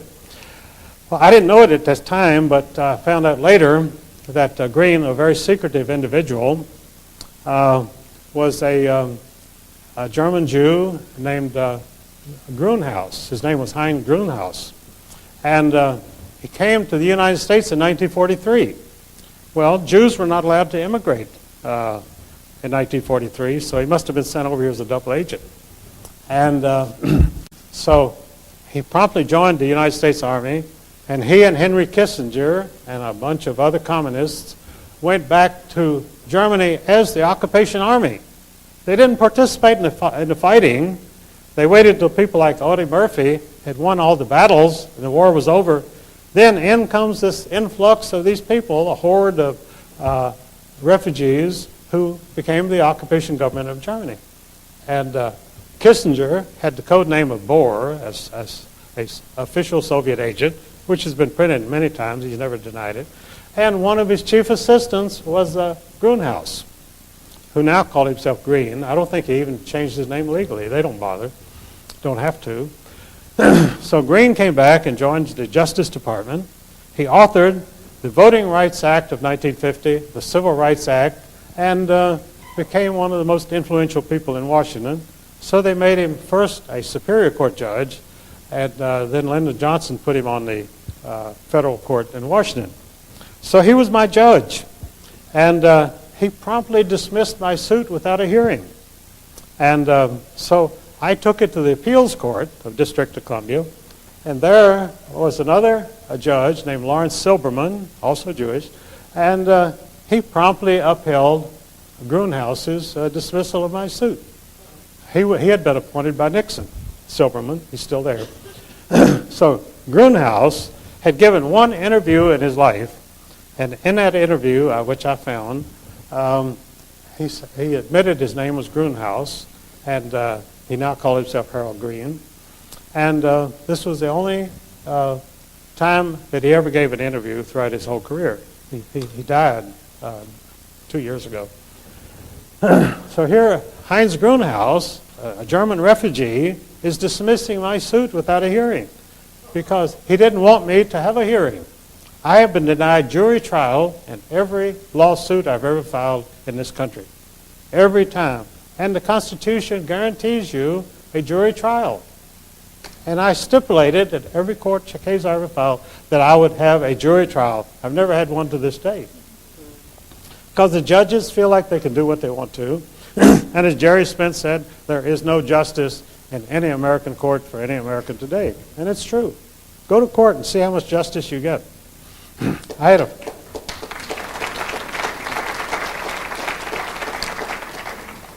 had a friend named Tom Donahue, and I started him in a radio program.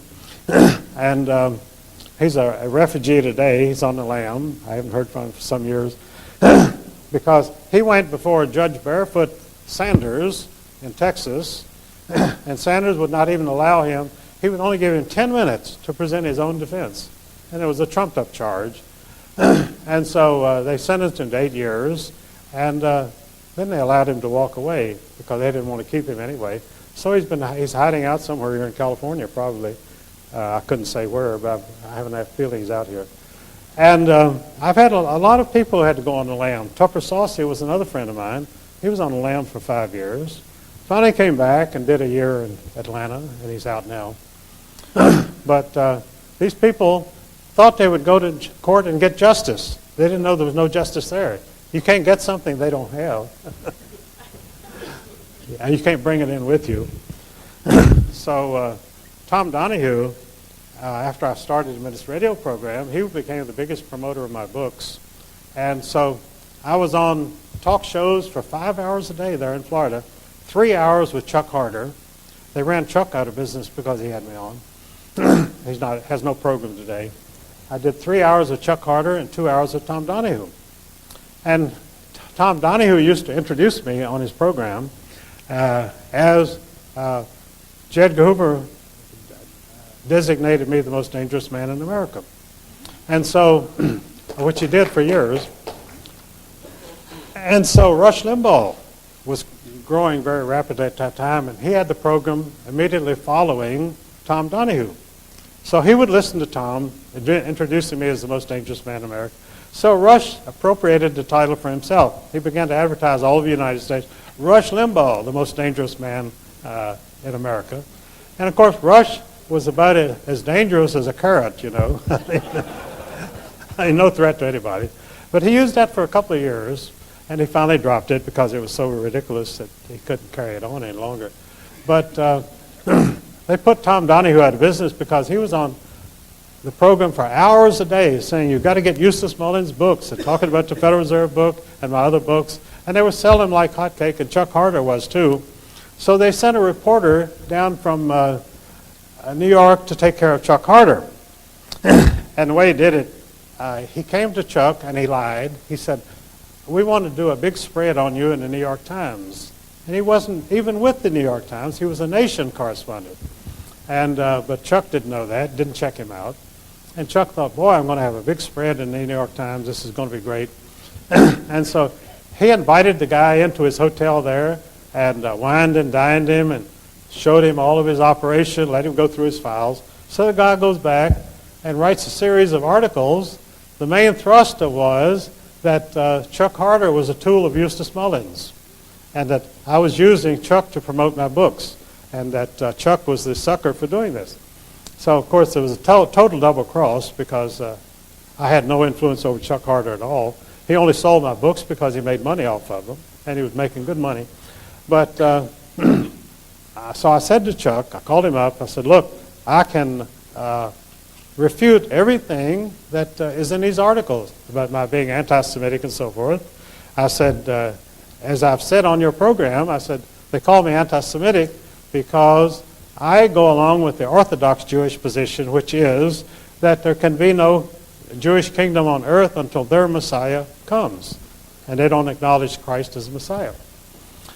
And so the Rothschilds, after they began to make a lot of money, they decided to start their own Jewish movement, and they called it the Reformed Jews. They hired a guy named Rabbi Moses Hess in Germany, and they put millions of dollars behind it, and Reformed Jewishness became a very big thing in the Jewish community. But there was always a great battle between the Orthodox Jews, who they were the only true believers, and the Reformed Jews, who only believed in money and power and having a Jewish kingdom, which would be at the crossroads of the world next to the oil fields. The whole idea behind putting Israel, the Jewish nation, in the Middle East was to eventually seize the oil fields. And that's what the new program is. They're starting the Crusades over again. The Crusades started in 1279, and there were 8 Crusades, and the Christians won the first Crusade very handily. They beat the Muslims, and they took over Jerusalem. Then they got homesick and went home, so the Muslims came back and took Jerusalem again. And then 5 more times, the Crusaders came back, and each time the Muslims beat them because they'd learned how to fight them. So we only won the first crusade. So when you talk about a crusade between 1,900,000 Christians and 1 billion Muslims, obviously the Christians outnumber them and should win. But the fact is that they don't know how to fight in the Middle East, and they never will learn. And the Israelis only fight in the Middle East by terrorism. That's the only thing they know. And so that's how they've survived this long, with American armaments and terrorism. But when George W. announced this new crusade, it was to be that we were going to attack 34 Muslim nations and destroy them in order to end the threat of terrorism. It sounded like a pretty good program. And for the military-industrial complex, it was a great program. We're going to fight 34 nations for the next 100 years, the 100 Years' War. I think George W. thought of himself as going down in history as the hero of the next 100 Years' War. And that was the foreign policy of the United States, a policy which is so insane you wouldn't think a 4-year-old child would embrace it.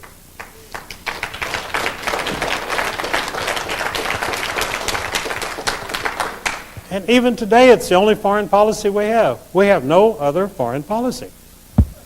And of course, our foreign policy should be how to get along with other nations. Instead,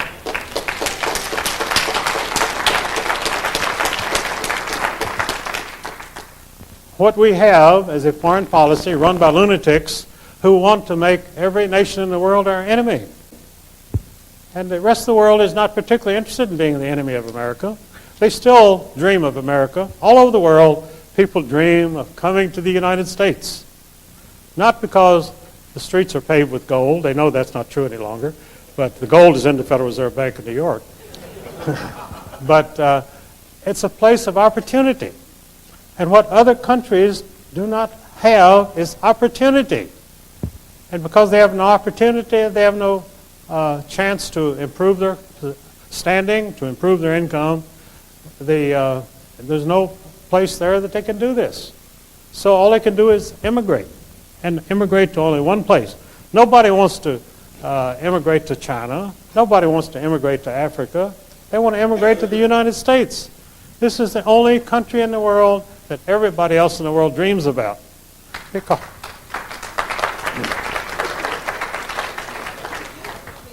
And that's understandable But at the same time, you and I living here know that it's up to us to always fight for this country and to keep it a country that is the envy of the world. And this is our great task. And this is what we can do, and we will do, because we understand it's our duty and our responsibility.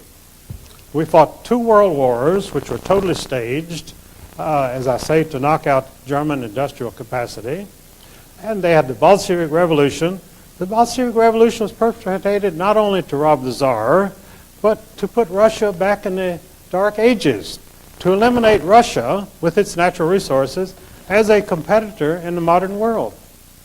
So what communism did was to put Russia back 100 years. In other words, the Russians are in 1880 and when it's 1980, so they're 100 years out of this. They're out of the competition. Because any nation, when they get a modern economy and a good workforce, can actually become a great threat to every other country in the world. China is no threat to us because it's a communist country and they're controlled and they're inundating us with their mass-produced products, but that's because of our government's policy. It's not China's policy. This comes out of Washington. Why did President Clinton cultivate the Japanese and accept millions of dollars in bribes for them? Because the program was to destabilize and destroy the United States. That's what's going on. And what is George W.'s policy? Practically the same thing. He's doing nothing to improve the economic prospects of this country. In fact, the only thing he's doing is to carry on the war against terrorism, which means you have loonies like these 2 guys in O'Hara that attacked me the other day, and all they're doing is creating dissension, and people hate to go on the airlines because they realize they've got to go through these roadblocks to get on, and it's just not worth the trouble. So they're fighting this country. Your battle is coming right out of Washington. The battle against America is coming right out of Washington. It's not coming out of China.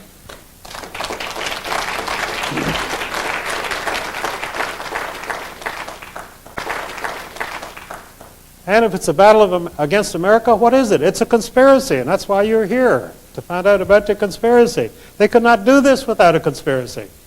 If one person in Washington would stand up and say, I stand for America, see what the bumper stickers they put out, they say, you stand behind this country, stand behind the USA.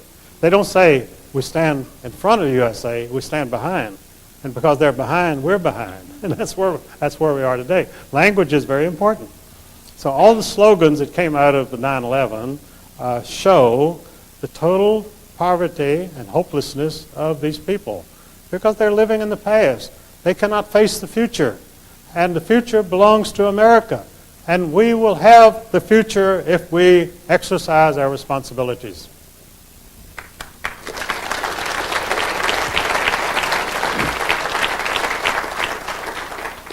That's what the Founding Fathers did. That's why the revolution started right where I live in Virginia.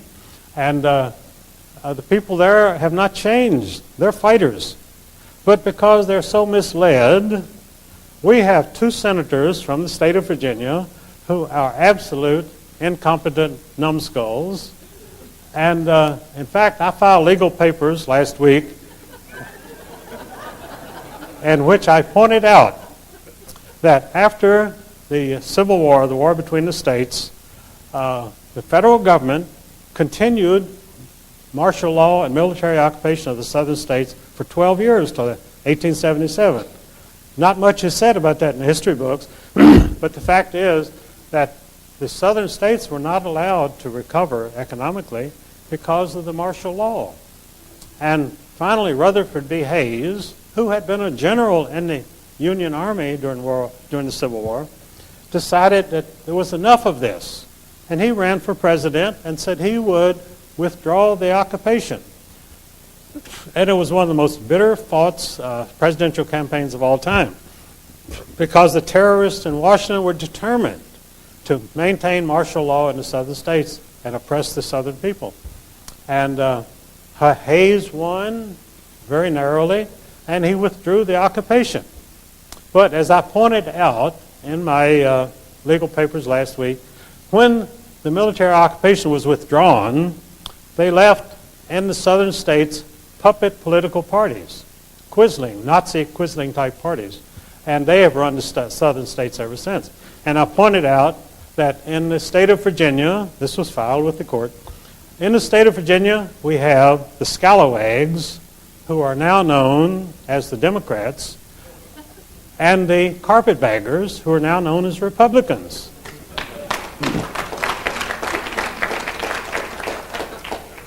And if you think I'm ever going to get a chance to argue that in court, you're being very optimistic.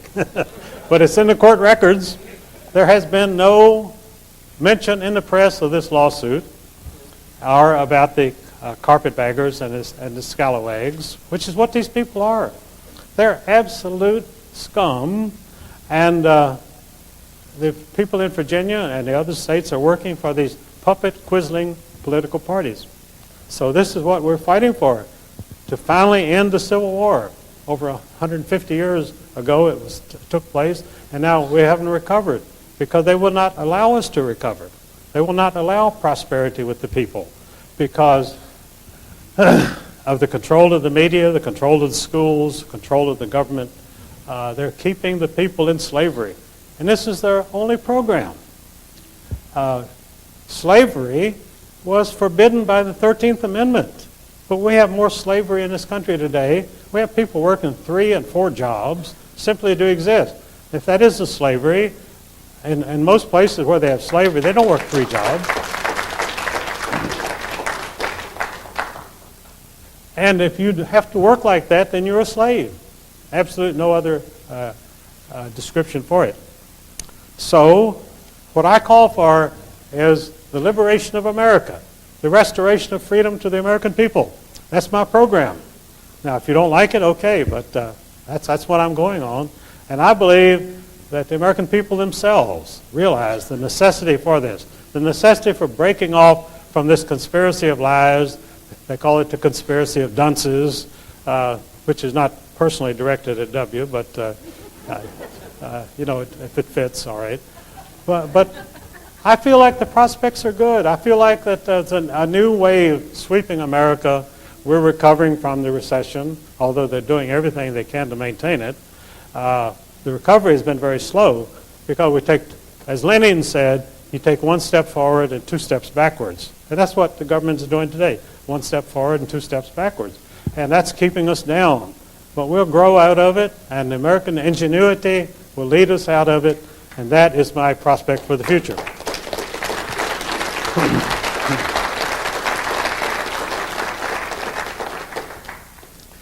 Now, I think we have a few minutes left for some questions. If I guess people will come up and ask the questions, and I'll be glad to answer anything that...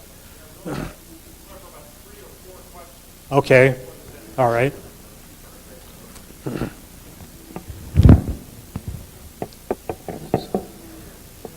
Hello? Okay. My question is, you mentioned something about working, I believe, for the Joe McCarthy Foundation. The McCarthy Campaign, yes. Is that Joe McCarthy? Joe McCarthy, yes. Okay. My question is, was he slandered? Was he framed? What's the real story about Joe McCarthy, and what was your work in the foundation? Well, the gentleman asked about Joe McCarthy. Joe McCarthy today, whenever he's still mentioned in the press, he's the most hated man in America, reviled. They call him a monster who destroyed people's reputations, but they cannot mention a single name that he... Actually, many people founded their professional careers on being attacked by Joe McCarthy. They were promoted at the universities, they got good government jobs, because it was almost a recommendation, if you were attacked by Joe McCarthy, that you must be a communist, and therefore you were acceptable in our government. And I have maintained for years that Joe McCarthy turned back the tide of world communism. He did this because he attacked communism where its strength was, which was not in Moscow under Stalin. It was in the halls of Washington, in the halls of government. And because he attacked it at its source, that's why he's so hated today. Because that was the great beginning of the turnaround against communism. That's how the the Berlin Wall fell because of the work that Joe McCarthy did. He led this country out of danger from communism. Gets no credit for it. But that was what this man did. Aware of what's happening today? Some people are expatriating and repatriating. And can you tell me if you think that's legal or what do you think about that? And also, I've been hearing that some people are thinking about sometime in the future the states themselves are going to be breaking off to their own state. I mean, to be their own country, each state. You mean people who represent themselves? No, talking about the whole state being represented as a nation or a country itself. Like California would break off from the United States, and each state would be the same as, like in same thing in Russia, what they're doing. Uh-huh. Well, I don't quite follow what you're asking. Yeah. Pardon? Yeah.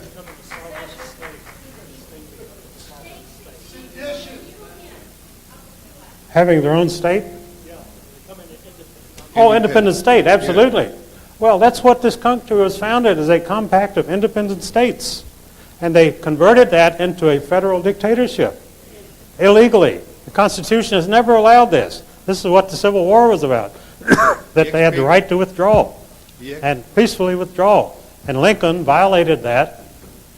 Well, actually, the attack on Fort Sumter was orchestrated by the Scottish Rite in Charleston, South Carolina, and that was the pretext for the whole war.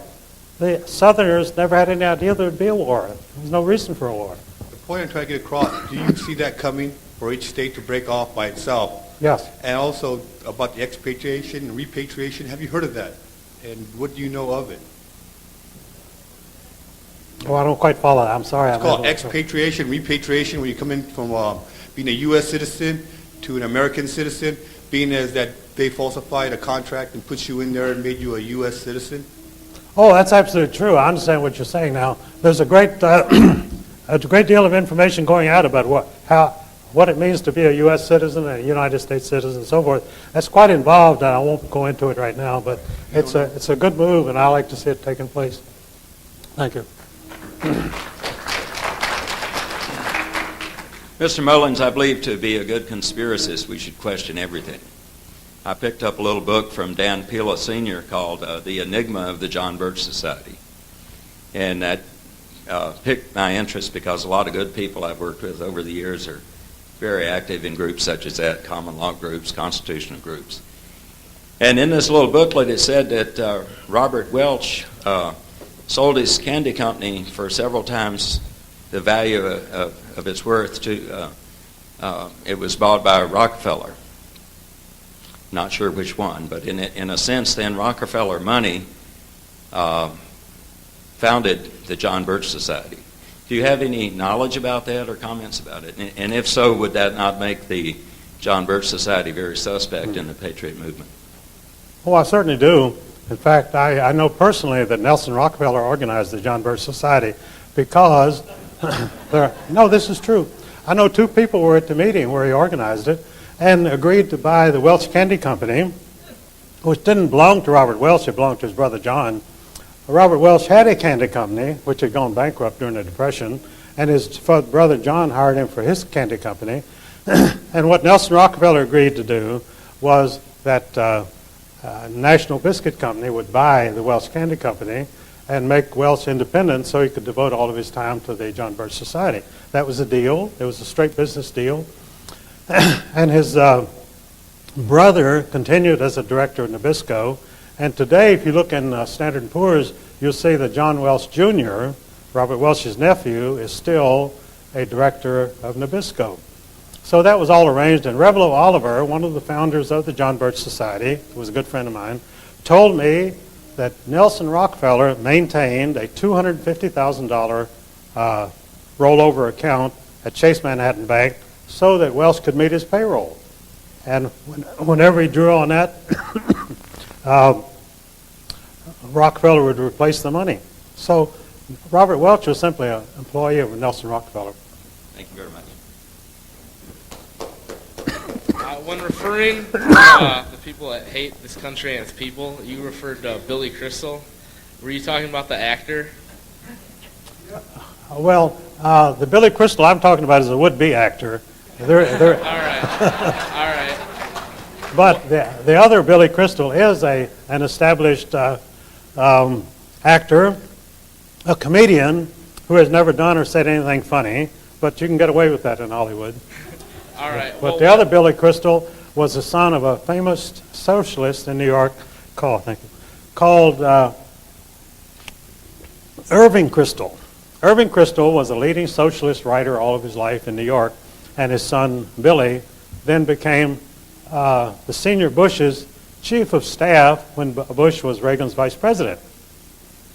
But since W became president, he won't have anything to do with Billy Crystal because Billy Crystal became so notorious as the head of the Israeli fifth column in the United States that you can't have him in any government position whatsoever. But I call him Billy Crystal because to me he's a joke. Who in the government right now is part of the Israeli fifth column then? What offices? Who? Who in the government right now? What offices do they hold? Are part of the fifth column? The acting Secretary of Defense, Paul Wolfowitz, is one of the leaders of the Israeli fifth column. In fact, he is running the Defense Department because Rumsfeld is doing the public relations and appearing on television every day to promote the thing. So it's actually Wolfowitz who's running the thing. So here you have an Israeli fifth columnist running the Defense Department. All right, thank you. Yes. All right.